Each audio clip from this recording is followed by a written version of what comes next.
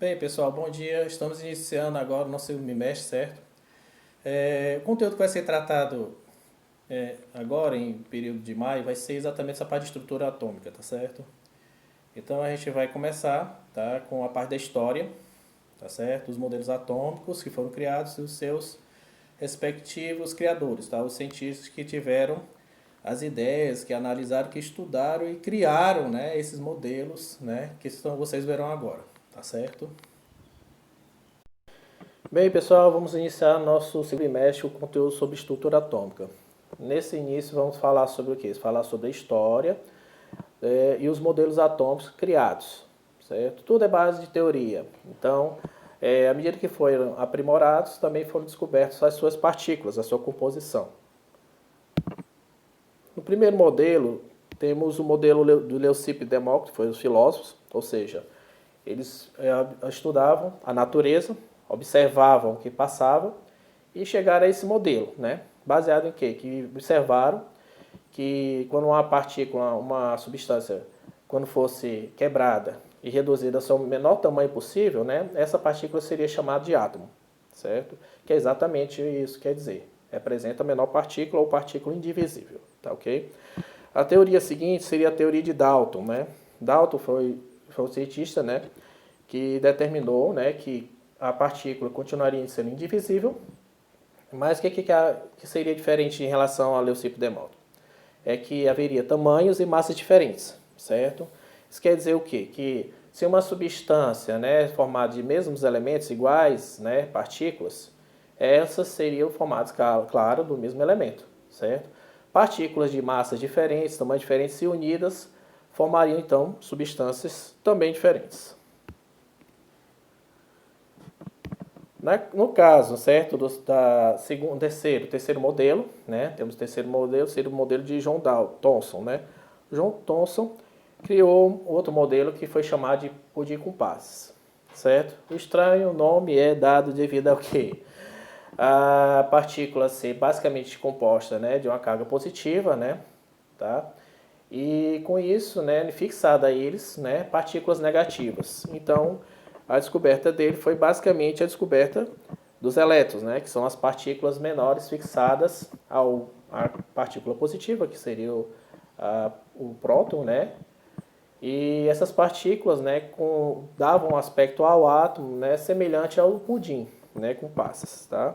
Ele usou um tubo, né, de raios catódicos para poder determinar esse estudo, né? Foi então feito um experimento, tá? Então ele observou, né, que as partículas, né, elas agiam, né, de forma diferente, né, diferenciada quando adicionado cargas positivas ou negativas, né? Elas se direcionavam, né, dentro do tubo, né, conforme se a carga era positiva ou a carga negativa. Então elas se direcionavam de forma diferenciada. Bem, aqui embaixo, né, temos o modelo, né, já desenhado do modelo pudim de passas, tá? Então temos as cargas positivas, né, o átomo em si que é positivo, né, cheio, né, dos elétrons que são as cargas negativas. Tá joia? Passando adiante.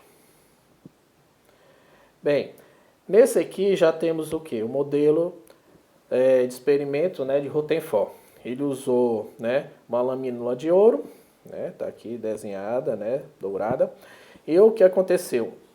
Os raios, né, ou seja, um feixe de partículas, né, no caso aí seria radioativas, elas chegariam a essa lâmina. E o que ele observou? Ele observou que as partículas, né, os raios, né, eles penetravam a placa ou ainda elas iam em várias direções.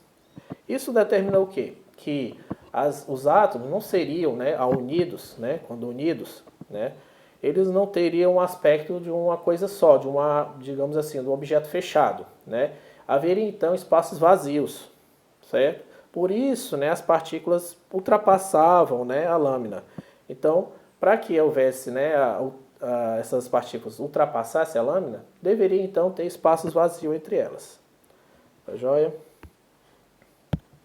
Então temos o modelo, né, que chamamos hoje, né, o modelo de Rutherford, que é o chamado modelo planetário, né?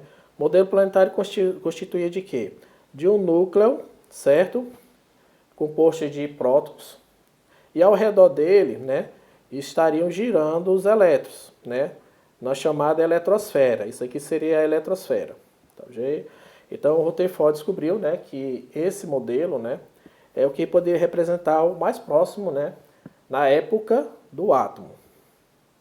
Então nesse momento ele já descobriu que o átomo seria uma partícula indivisível. Em relação ao nêutron, certo? Quem descobriu? Nesse caso, foi Chadwick. Chadwick, né, ele descobriu que o nêutron, né, era uma partícula neutra, né? O nome está dizendo neutro, que vem de neutro, né? Então quer dizer que ele observou por quê? Porque ele viu que átomos, né, que apresentavam formados da mesma substância, apresentavam massas diferentes. Bem, como é que isso acontece? Como é que um elemento, por exemplo, o hidrogênio, né, o oxigênio, seriam, né, formados a partir do mesmo elemento, mas apresentariam massas diferentes? Bem, ele chegou à conclusão, né, que chegou a observar que provavelmente haveria uma partícula, uma terceira partícula, né, e essa terceira partícula provavelmente, né, só poderia apresentar massa, tá? Então ela não tem carga negativa, não tem carga positiva, então no caso aí ela é neutra, apenas servindo para o quê? Para dar massa, né? Uma massa maior, né, a cada partícula, apesar de ela ser formada do mesmo elemento. Certo? Bem, pessoal, aí encerra por hoje, tá? O nosso conteúdo. A gente vai falar só sobre isso, porque a gente vai deixar a aula muito longa, tá bom? A gente vai depois seguir o conteúdo, vocês vão ver aqui que é sobre as características do átomo, né? Então essas características do átomo a gente vai ver depois, tá bom? E, então eu espero que vocês estejam satisfeitos, né?